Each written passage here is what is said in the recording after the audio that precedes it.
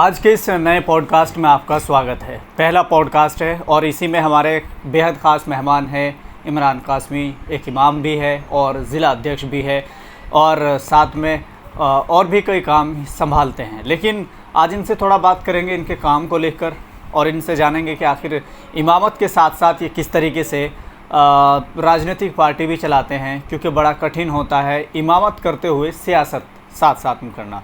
तो आज इन्हीं से जानते हैं। थोड़ा बहुत बहुत शुक्रिया टाइम निकालने के लिए। आपका भी बहुत बहुत शुक्रिया जज़ाब। सबसे पहला सवाल मेरा यही होगा, क्योंकि चुनाव तो हो गए हैं जी, लेकिन उसके बाद आप गलियों घूम रहे हैं, क्या उद्देश्य है? उद्देश्य बस अपनी पार्टी को मजबूत करना, अपने संगठन को मजबूत करना, अपनी क़यादत को मजबूत करना। हमारा मसला, हमारा मकसद सिर्फ जो है अपनी क़यादत को मजबूत करना है। सिर्फ ये नहीं कि चुनाव आएगा तो हम लोग गलियों में निकलेंगे, चुनाव नहीं आएगा हम लेट के सो जाएंगे, ऐसा नहीं है। हम तो रात दिन काम करने वाले आदमी हैं, फील्ड में काम करते हैं। जैसे आप इमामत करते हैं, कैसी चल रही है आजकल इमामत? अल्हम्दुलिल्लाह बहुत शानदार चल रही है, बहुत बढ़िया। आप बताइए। लेकिन सियासत और इमामत दोनों एक जगह, ये जो कॉम्बिनेशन आप लेके चल रहे हैं, कैसे देख रहे हैं? क्योंकि हम लोग देखते हैं कि अगर कोई राजनीतिक बातें मस्जिद में कह देता है या जिनका पता चलता है कि ये किसी पार्टी से जुड़े हुए हैं या किसी के समर्थन में है, ऐसे इमाम के लिए बड़ी चुनौती खड़ी हो जाती है। क्या आपके साथ भी ऐसा होता है? अल्हम्दुलिल्लाह अब तो नहीं होती, लेकिन पहले बहुत दुश्वारियाँ हुआ करती थी। लेकिन उसमें उन लोगों को कसूर नहीं हो, बेचारे सीधे साधे भोले भाले लोग हैं। उन्होंने हमारी रहबरों से सुना। जब हमारे बड़े रहबर कहते कि भाई सियासत से हमारा कोई लेना देना नहीं है, तो जो हमारी कौम के सीधे साधे लोग हैं जिनके पास बेचारों को तालीम नहीं है, उनके पास इस तरह की जानकारी नहीं है, तो इसको दूसरे एंगल से लेते हैं। तो उनके जहन के अंदर ये बैठ जाता है कि शायद सियासत किसी बहुत गलत चीज़ का नाम है, जबकि सियासत जो है वो शरीयत का हिस्सा है। अल्लाह के रसूल अलैहिस्सलातु वस्सलाम से बड़ा लीडर आज तक दुनिया के अंदर कोई नहीं रहा। सैयदना उमर फारूक रज़ियल्लाहु अन्हु ने सियासत भी की है और इमामत भी की है। मस्जिद नबवी के अंदर हर तरह के फैसले सुनाए जाया करते थे। किसी को गवर्नर बनाया जा रहा तो वो भी वहीं बनाया जाता था। लेकिन आज एक अजीब माहौल बना हुआ है लोगों के अंदर, जो एक किस्म की जो शक और वहम के अंदर लोग ज़िंदगी गुजार रहे हैं। उनको मालूम ही नहीं कि सियासत किस चीज़ का नाम है। मेरे ऊपर भी लोगों ने बड़े बड़े इश्काल किए। लोगों ने यहाँ तक भी कहा कि भाई आप इमाम हैं, आप सियासत करें या इमामत करें, आपको एक ही काम करना है। लेकिन मैं ये कहना चाहूँगा ख़ास तौर से अपने उलमा से, अपने बुज़ुर्गों से, जब आप लोग आगे नहीं आएंगे तो फिर कौन आएगा? कौन इंसाफ दिलाने की कोशिश करेगा? और फिर कौन बेसहारों का सहारा बनेगा? जब हमारे जैसे लोग आगे बढ़ेंगे तभी तो लोग सेवा कर सकते हैं, लोगों की खिदमत कर सकते हैं। और शायद मुझे नहीं लगता कि एक आलिम सच्ची कोई सियासत कर सकता होगा। लेकिन आप वैसे भी उस पार्टी से जुड़े हुए हैं जिसको जनता के बीच और ख़ासकर मुस्लिम समाज के बीच एक हवा बना दी गई है और तरह तरह के आरोप लगते हैं। और वैसे भी उसका जिसकी बीजेपी से 60-8 लोग बताते हैं, आप शुरू में ही ऐसी पार्टी से जुड़े और फिर इमामत कर रहे हैं, तो कहीं ना कहीं पेच तो फंस जाता है ना कि आप ऐसी पार्टी से जुड़े हुए हैं। पेच फंसता था बहुत। कितनी मरतबा बहस मुबासा हुआ है, कितनी मरतबा लोगों से टकराना भी हुआ है। लेकिन अल्लाह का शुक्र है वो लोग अब समझ चुके हैं, उनके जहन के अंदर ये बात बैठ चुकी है कि अगर हमारी कोई आवाज़ उठा रहा है अब पूरे मुल्क भारत के अंदर, तो बैरिस्टर असदुद्दीन ओवैसी साहब है। और हमारे मुजफ्फरनगर और खतौली के अंदर अगर कोई हमारी आवाज़ उठाता है तो इमरान कासमी इस चीज़ को हर शख्स जानता है। और अल्हम्दुलिल्लाह मेरे जो मुक्तदी हजरात हैं जो हमारे पीछे नमाज़ पढ़ते हैं, वो सपोर्ट भी करते हैं और हर तरीके से मेरा साथ देते हैं। जब उन लोगों ने देखा कि भाई यहाँ ये बंदा सही काम कर रहा है, तो अगर हम सही काम करेंगे, लोगों की भलाई के लिए आवाज़ उठाएंगे, तो कौम साथ देती है, ऐसा नहीं कि नहीं देती।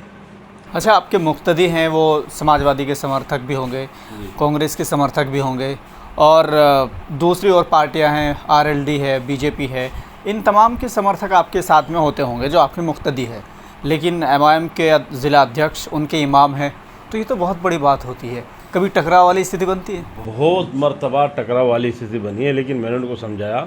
और कितने माशाल्लाह हमारे मुक्तदी हजरात हैं, ख़ास तौर से जो जवान तबका है, उनके जहनों के अंदर ये चीज़ बैठी हुई, जो पढ़े लिखे लोग को समझते हैं।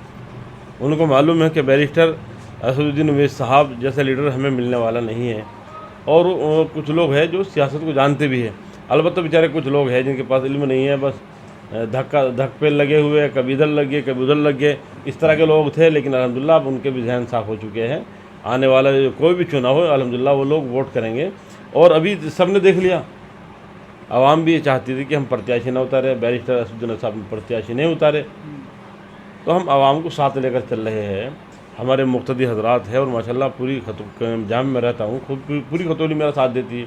कभी कोई प्रोग्राम हुआ, कोई मामला हुआ, हम लोग एक मरतबा एक मैसेज डालते हैं, पूरी खतौली खड़ी हुई नज़र आती है, क्योंकि उनको मालूम है कि ये बंदा हर वक्त कौम की लड़ाई लड़ रहा है, दबे कुचलों की लड़ाई लड़ रहा है। उसमें किसी समाज का बंदा हो, हिंदू मुस्लिम सिख ईसाई कोई भी हो, अगर किसी के ऊपर कोई मसला आता है तो हम अल्हम्दुलिल्लाह सबसे पहले खड़े हुए नज़र आते हैं। यहाँ जो आपके समर्थक हैं, एमआईएम के समर्थक हैं या फिर दूसरे लोग हैं, दूसरे लोग ये चाहते थे कि ओवैसी साहब यहाँ प्रत्याशी ना उतारे, आपने उतारा नहीं है, तो वो लोग तो बड़े खुश हो रहे होंगे। लेकिन आइंदा अगर आप प्रत्याशी उतारते हैं और उनके सामने गठबंधन होता है, तो उस समय जो स्थिति उत्पन्न होंगी, क्या आपने सोचा है कि कल वो आपका विरोध करेंगे? लेकिन उस वक्त उनके पास अब कोई वो कहने के लिए बात नहीं रहेगी ना। हम लोगों ने उनके बात को पानी दिया, सम्मान किया उनका। अब चुनाव हो गया, अब इंशाअल्लाह आइंदा चुनाव आ रहे हैं, ज़िला पंचायत का चुनाव है, विधानसभा का चुनाव है। मजलिस बहुत मजबूती के साथ चुनाव लड़ाएगी। अगर ये लोग साथ लेते हैं तो ठीक है, नहीं लेते तब भी चुनाव लड़ाएगी। और इंशाअल्लाह आप इस मरतबा देख लीजिए कि वोट परसेंटेज हमारा कितना बड़ा हुआ होगा, जबकि कुछ लोग कहते हैं कि चुनाव नहीं लड़ा उससे वोट परसेंटेज खिसक गया। ऐसा नहीं है। आने वाला जो वक्त है एमआईएम का है, क्योंकि हर शख्स की अगर कोई आवाज़ उठाती है तो सिर्फ एमआईएम वाहिद एक पार्टी है। मुल्क हिंदुस्तान ही पूरी दुनिया के अंदर अगर कहीं पे किसी के ऊपर जुल्म किया जा रहा है तो अगर कोई शख्स बोलता है तो बैरिस्टर असदुद्दीन साहब ही, बाकी कोई नहीं है। ये आपने भी देखा होगा, हमसे ज़्यादा जानते हैं, आप ग्राउंड में रहते हैं, आपको मालूम है। बोलते हैं, आवाज़ उठाते हैं, ये तो सही है, लेकिन जब वोट देने की बात आती है तो जनता उसमें कन्वर्ट क्यों नहीं हो पाती वोट में? क्योंकि जहाँ आपकी चुनावी जनसभा होती है, आपकी वैसी जनसभा होती है, तो उसमें भीड़ बहुत आती है। लेकिन क्या होता है कि जब ईवीएम के बटन दबते हैं तो बहुत कम क्यों होते हैं? देखिए, हर काम एकदम नहीं होता, धीरे धीरे होता है। आज बीजेपी सत्ता में है, इन लोगों ने इसके पीछे बड़ी कड़ी मेहनत की है।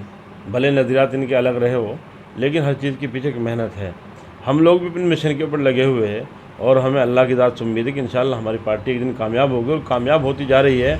हमारा वोट परसेंटेज हर जगह से बढ़ता जा रहा है। आप जिस वार्ड के अंदर बैठे, यहाँ पे 560 वोट मिली, जहाँ पर उम्मीद भी नहीं थी पहली मरतबा चुनाव लड़ाने की, तो छोटी बात नहीं है।